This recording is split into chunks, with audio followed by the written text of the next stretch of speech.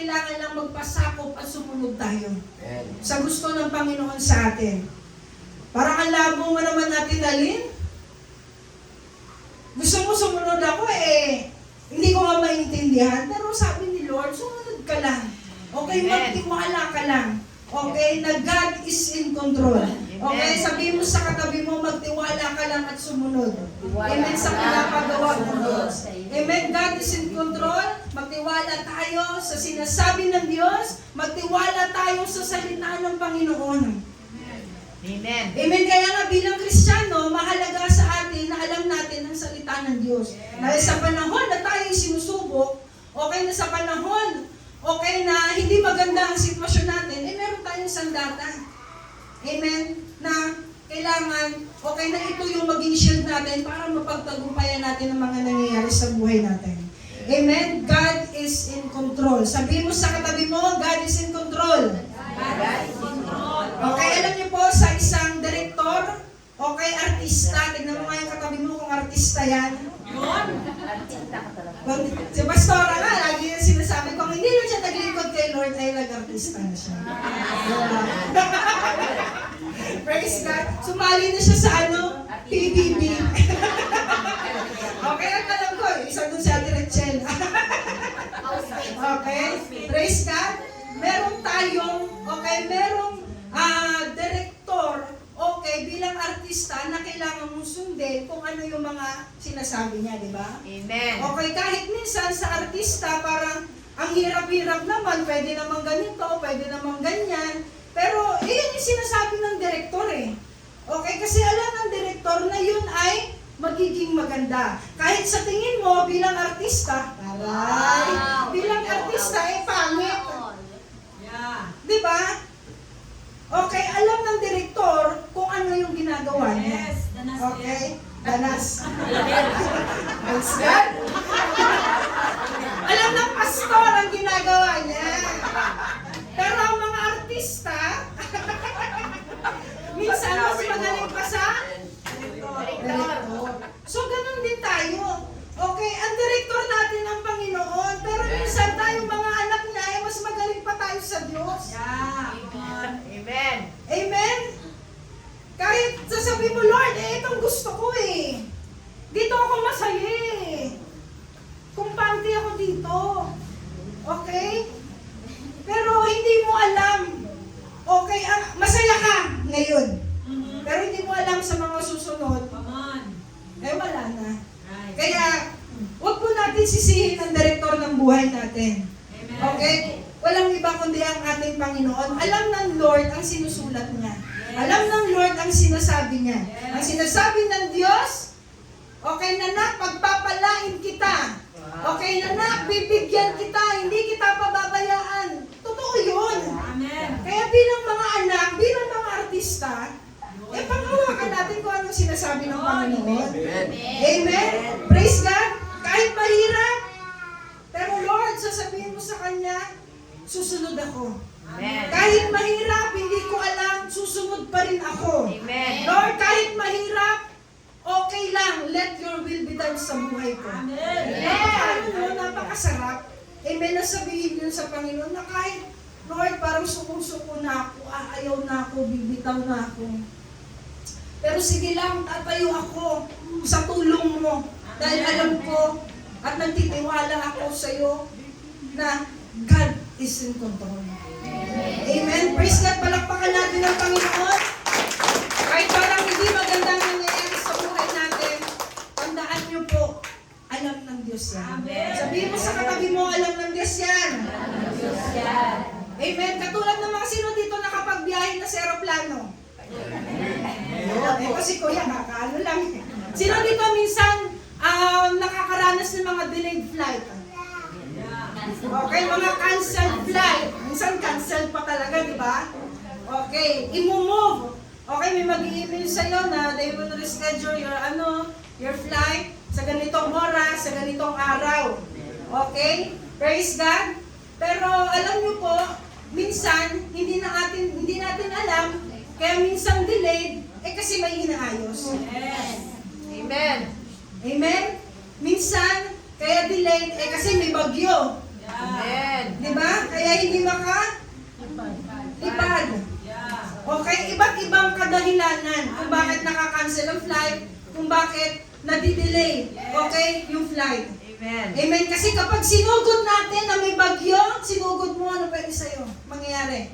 Mapapahamak ka. Makras ka, makras. Okay? Praise God. Kapag sumugod ka, okay, meron palang inaayos. Doon sa makina, sa ilalim ng aeroplano. Amen. Meron nga may testimony nga ang ating bishop Bishop Glenn. Mami ba? Mami at Bishop Glenn. Okay? May papunta sila sa isang mission, papuntang ibang bansa. Okay, Africa. At alam nyo rin yun, I mean, nabalitaan nyo sa TV, okay, na meron sila naiwan sila, in short, naiwan sila ng aeroplano. Amen. Hindi sila nakasakay. Dahil sa meron silang inaantay, I think, okay, kaya that time na nag-aantay sila, naiinis na sila, for sure, at talagang naiwan sila ng flight. Pero alam niyo po, okay, yung ano pala na yun, yung airplane dapat masasakyan nila, nag-crash. Wow. Sumabog. Diba? Kaya minsan, kapag nadidelay, hindi ibig sabihin, Gawa ng Panginoon. Hindi na. hindi ibig sabihin na, ano ba yan, sisisihin mo si Lord. Amen. Kasi minsan kaya nadidelay kasi may inaayos ang Diyos. Hindi pa binibigay sa'yo ng Diyos kasi may inaayos pa sa sa'yo eh. Sabi nga ni Pastora, lahat tayo hindi ayos ang puso dito kapag binigyan niya tayo ng tag-1 milyon. Dahil sa susunod na linggo, ang iba sa atin nasaan? Boracay, nasa Hong Kong, nasa Singapore. Lalo ngayon, malamig, masarap pumunta ng Japan. Diba? Kung hindi ayos ang puso natin, kaya minsan mo tayo magtatampo sa Diyos. Amen. Kung bakit hindi niya pa pinagkakalob sa'yo yung matagal mo nang pinapanalangin. Amen. Huwag tayo minsan magtatampo sa Diyos kung bakit wala ka. Amen. Kasi minsan, may mga bagay na inaayos pa sa atin ng Panginoon. Pero mo yun kung sumakay sila. Di wala na tayong, ano ngayon, bishop. Diba? Dito pa. Amen. Praise God. Kaya, magtiwala tayo sa Panginoon. Amen. Makontrolado niya. Okay? Ang lahat na nangyayari sa buhay natin. Amen. Amen? Kaya minsan kapag wala tayong tiwala kay Lord, minsan talagang maiinis tayo. Diba? Mapofrustrate tayo, may stress tayo, mawawalan tayo ng pag-asa Amen. sa buhay. Pero alam mo, sa likod ng iyon, may ginagawa ang Diyos. Amen. Amen? That's why matuto tayo na magpasakop lang sa Panginoon. Amen? Matuto tayo na sumunod lang sa Panginoon. Okay? Maganda man o hindi ang nangyayari, tandaan natin that God is in control. Amen? Magpasakop tayo dun sa salita niya, magpasakop tayo dun sa kalooban ng Diyos. Amen? Huwag sa kalooban natin. Amen. Amen? Huwag natin sundin ang gusto natin. Sabi ko Yes. sa katabi mo, sundin ang gusto mo. Okay, sabi ko nga kanina, ngayon, pag sinunod mo yung gusto mo, hindi mo alam sa mga susunod na araw, wala na. Kapahamakan na. Okay, ang nag-aantay sa'yo. Okay? Praise God. Huwag natin sundin ang sarili natin, kundi sundin natin ang Panginoon. Amen. Amen? Katulad na nangyari kay Eva at Adan. Okay? Sabi ko nga sa inyo, hindi tayo kontrolado ni Lord ng sitwasyon, pero hindi niya tayo kontrolado. Okay? Noong time na si Eva at Adan, okay, ay nagkasala, kung kontrolado sila ng Diyos, di sana hindi pinahintulutan ng Panginoon. Di ba? Na huwag nila kainin yung prutas. Masalas. Okay? Kasi kung kontrolado ni Lord, hindi pinahintulutan ng Panginoon yun. Okay? Sa video game, sino dito mga naglalaro, di ba? Sa isang karakter.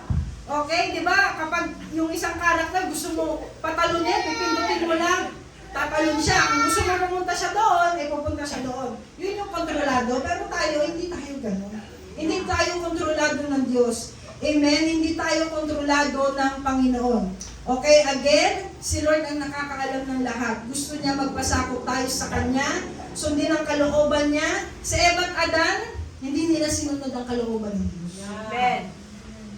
Okay, sinunod nila kung anong naging feelings ng nila, emotion nila that time. Amen? Kaya ang naging ending ay napahamak sila. Amen. Amen? Nahulog sila sa kasalanan. Kaya ganun din tayo. Pag hindi tayo nagpasakop sa Diyos at sumunod sa Panginoon, mapapahamak din tayo. Okay? Magkakasala rin tayo. At hindi yung gusto ng Diyos sa atin. Okay? Ang story natin, ang story ng buhay natin, okay? Again, merong direktor. That's why sumunod tayo sa Diyos. Alam ng direktor ang ginagawa niya. God is more than a director. Amen? He is also a writer ng buhay natin. Amen. Amen? Siya ang author ng buhay natin. Kung ano ang sinulat niya sa simula, siya rin ang tatapusin. Amen. Okay, hanggang sa dumating ang ating Panginoon. Amen? Nakasulat na noon pa lang. Okay, nasa sinapupunan pa lang tayo ng magulang natin. Okay, nakasulat na yung story mo. Amen. Okay, nakasulat na yung story ni Daryl. Amen. Na ganito magiging buhay niya. Amen. Okay? Maganda ang sinulat. Tandaan natin, maganda yung sinulat ng story mo sa atin. Okay, maganda. Okay, wag natin gawin, wag natin sirain. Kasi minsan, alam niyo po, nire-revise natin yung story natin. Amen? Ito yung sinulat ni Lord, pero hindi man nabura, nag-jump lang. Amen. Diba? At ikaw yung nag-continue. Ikaw, sa sarili mo, ikaw yung nagsulat. Yes. Okay? Amen. Maganda yung story. Kaya, maganda yung story na nilaan sa atin ni Lord. Kaya, wag natin hayaan na kunin ng kaaway, nakawin ng kaaway. Amen. Amen? Sabihin mo nga sa katabi mo, wag mo hayaan. That's why, gawin natin, amen, na sumunod lamang sa Panginoon. Amen? Kung ano ang nakalagay sa storyline ng buhay natin, amen, sumunod tayo para marating natin yun. Kapag sinabi ni Lord, okay na, unahin mo akong pagpapalain kita. Amen. Sundin mo. Amen. Okay, Matthew 6:33. Okay, sabi doon, unahin mo ang Diyos at ang lahat ng bagay. Wala siyang sinabing specific lang, kundi all these things. Amen. Okay, ay ipagkakaloob mo sa'yo. Amen. Praise God. Sabi dito, masira man ang plano mo, Yes. buo pa rin ang plano ng Diyos. Amen. Ito ang good news. Masira man, na-revise man natin, okay, pero maganda pa rin ang plano na nag-aantay, okay, ng Diyos sa buhay mo. Amen. Amen. Sabihin mo nga sa katabi mo, masira man ang plano mo, Plano mo. buo pa rin ang plano ng Diyos. Amen. Kapag hindi sinasabi ni Lord, natapusin mo, wag mo tatapusin. Amen. Maganda ang story at sinulat ng Diyos. Amen sa buhay natin. Amen. Huwag mo hayaan na mawala yan. Huwag mo hayaan na nakawin niya ng kaaway. Amen. Dahil maganda, okay? Mas maganda pa sa mas maganda. Okay? Yes. Higit pa sa iniisip mo. Amen. Okay? Ang magandang plano ni Lord para sa Amen. atin. Amen. Ano lang ang susi? Magtiwala ka. Matuto ka magpasakop sa Panginoon. Amen. Huwag mo sabihin na tapos na. Yes. Hanggang dito na lang. No. Paano kung sumuko ka, maganda pa pala yung nag-aantay sa'yo. Yes. Paano pala malapit na makukuha mo na Yun. yung bonus pero nag-resign ka? Diba? Amen? Kaya huwag tayong susuko. Praise God.